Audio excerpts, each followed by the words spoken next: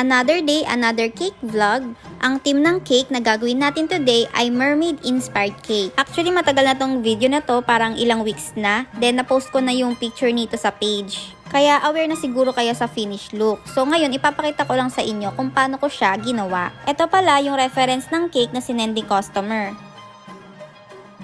Yang picture ay inspo lamang, pero ang request ni customer bawasan daw yung violet. Then more on pink and blue lang daw yung color ng cake and nung toppers. Then minimal lang daw sa color nung violet. Kaya kung makikita nyo sa gawa ko, mas marami yung pink and yung blue. Then sobrang konti lang nung light violet. As you can see kanina, gumamit ako ng piping bag para ma-achieve yung 3-tone color sa cake. Yun yung best way para ma-achieve nyo yung ganyan kaganda na color ng cake. Yung ginamit ko pala na food color sa pink ay Rose Chef Master. Then, Turquoise Chef Master food color and Violet Chef Master food color. So, yun yung mga ginamit ko na food color para ma-achieve yung tone na yan. Then, para naman magka-style or design yung body ng cake, gumamit lang ako ng offset spatula. Scrape nyo lang yan, tuloy-tuloy pataas, ganun din sa body ng cake sa baba. Dapat light pink yung shade ng pink dyan sa cake, kaso nasobrahan ko kasi ng lagay ng food color. Kaya parang naging normal pink, pero maganda naman, di ba? Etong cake nga pala ay merong kasamang 24 pieces na cupcakes or 2 dozen cupcakes. Then ang kulay ng icing ng cupcakes ay katulad din ng cake. Bali gagawin siyang ombre pink, turquoise, and violet.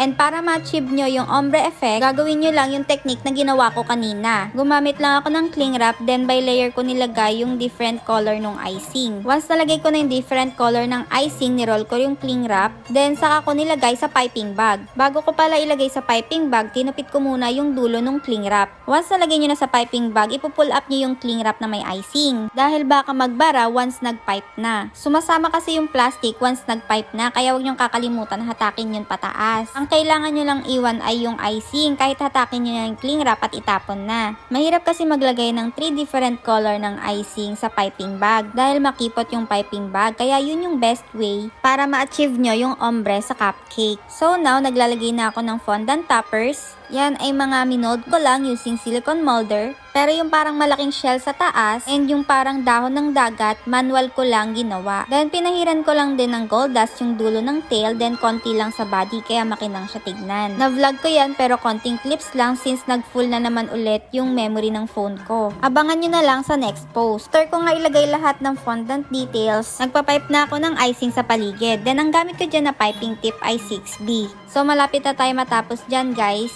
Simple nga lang yung design ng cake na sinend sa akin, konti lang yung details, pero dito sa gawa ko, pinabonggahan ko na para mas maganda talaga. More pipe lang nung icing, binudburan ko talaga yung mga paligid para mas maganda talaga tignan. And after ko nga mag-pipe ng mga icing, naglagay na ako ng mga small details. Lagay ko na yung mga fondant shells, so gumamit din ako ng molder dyan. Pero dito sa bubble effect, manual lang yung ginawa ko dyan. Para nga ma-achieve yung bubble effect, nag-shape lang ako ng fondant pabilog. Then gumamit lang ako ng round tools and pinires ko palubog. Hindi ko na nga lang yun na videohan dahil nga nag-full na yung mem ng phone ko. Pero next time pag nagawa ulit ako, pakita ko sa inyo kung paano. Yung mga shells, gumamit lang ako dyan ng yellow fondant and pinahiran ko lang ng gold luster dust na diluted with lemon extract. And finally, tapos na tayo sa cake. So now, naglalagay na lang ako ng mga tail details dito sa cupcakes. Ang cute nga ng mga tails kasi ang liliit. Grabe, ang tagal ko ring minold yan kasi isa lang molder ko tapos ang liliit pa niyan. Pati pala yung mga tails ay ombre effect. Then pinahiran ko lang din ng luster dust para may shining effect. Then naglagay lang din ako ng gold drudges sa cupcakes para maganda tignan. Yung pagka-ombre pa nga lang, ang ganda na.